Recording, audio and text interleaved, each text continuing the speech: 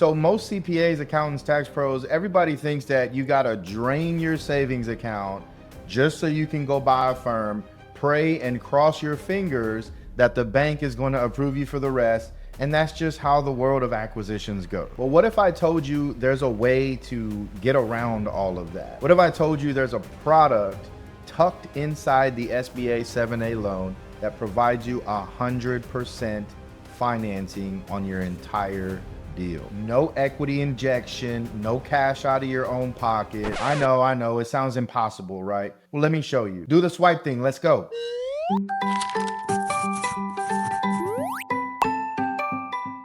And as a thank you for liking, commenting, and subscribing on this video, here's a picture of a really cute little panda working really hard to get all those October 15th tax returns done in time. He's trying to stay sane, as am I. So I want to introduce you to one of our members, Jimmy, who is currently buying a CPA firm, and get this, he's not a CPA. More importantly, he's not putting a dime out of his own pocket. This is a 100% financed deal. Now, how is that even possible?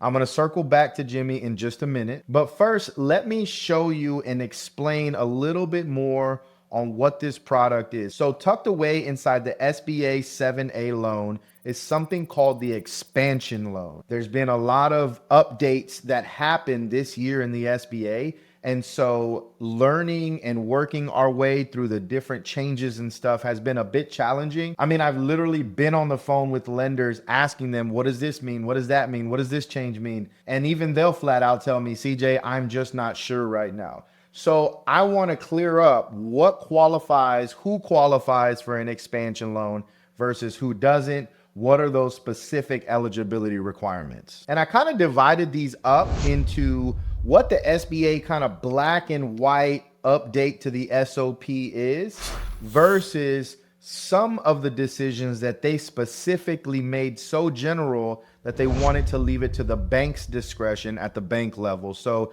there's things the SBA requires flat out, and then there are going to be a couple of things that are left open for interpretation at the bank level. So let's start off with the SBA requirements, black and white, no negotiation here. So first and foremost, you gotta own a firm. So if you don't own a firm already, unfortunately, this isn't for you. But I will say, for those of you that don't own a firm and still want to buy one, it's still very possible. The worst case scenario is that you'll be responsible for a 5% down payment instead of 0 with the expansion loan.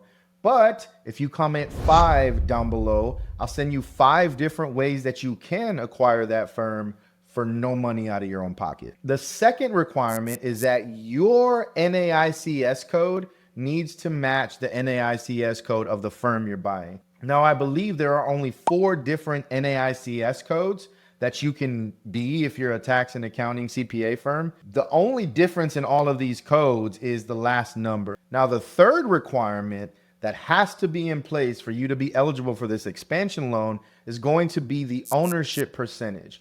If you own 100% right now of your firm, it has to remain 100% post-acquisition. If you're 50-50 right now in your firm, you have to be 50-50 post-acquisition. So if you were planning on raising funds or debt or equity through other partners, unfortunately, that probably isn't going to work with the expansion loan. But again, there are other ways to do that if you're really dead set on bringing in new ownership in your firm. But here's where it starts to get a little blurry.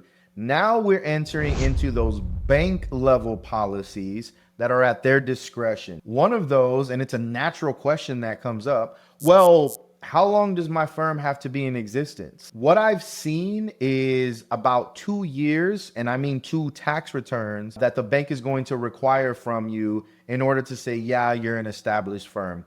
I have seen lenders ask for more tax returns, 3 years.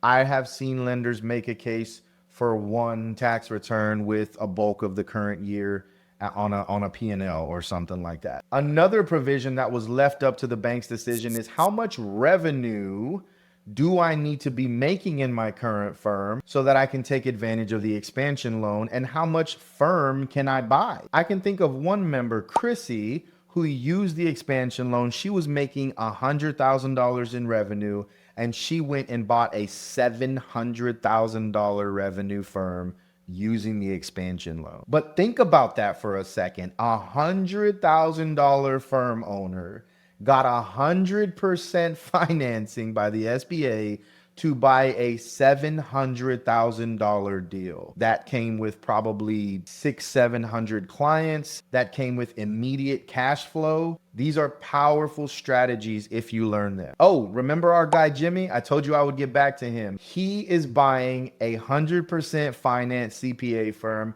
also using the expansion loan. Two different people, two very different situations.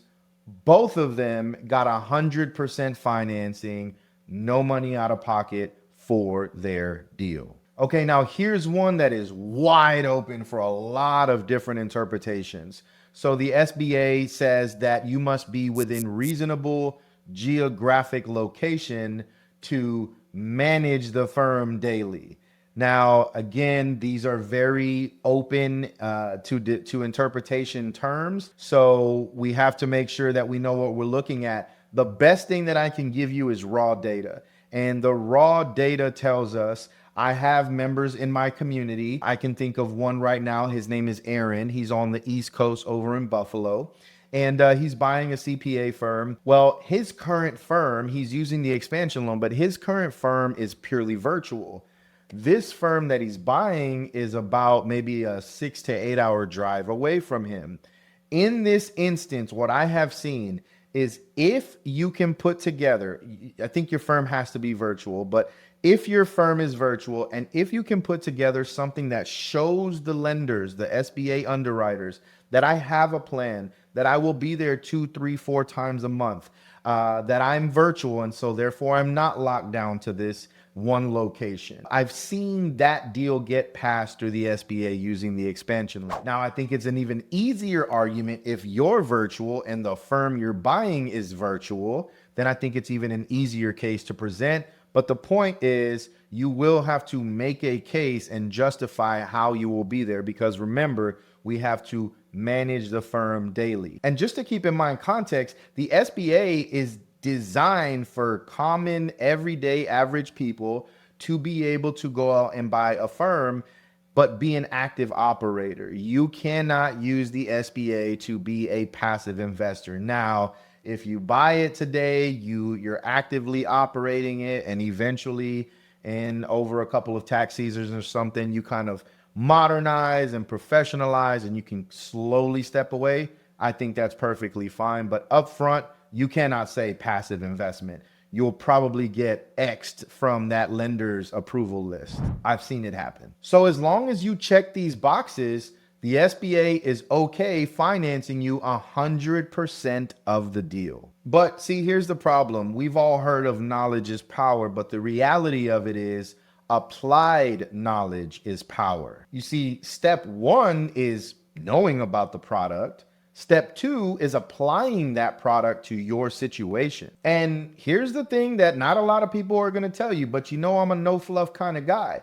Getting your financing in order is only half the battle. I mean, the other half of the battle is making sure you're actually buying a good, profitable, solid firm. And this is exactly the reason why I offer buy-side advisory plus a full community of other professionals that are buying deals, so that when you come in, we can make sure you're getting your deals vetted. We can make sure we spot red flags. We can make sure we structure that deal to mitigate as much risk as possible from your plate versus the seller's plate. Because the wrong acquisition with the right loan is still a bad move. So look, let's walk through your particular individual situation. There's a link in the description below. You can book a call with me. We'll talk more about if you qualify and if you're eligible for this expansion loan. And let's go make generational wealth buying up these blocks of business from retiring baby boomers that are ready. They are tired. They are more than ready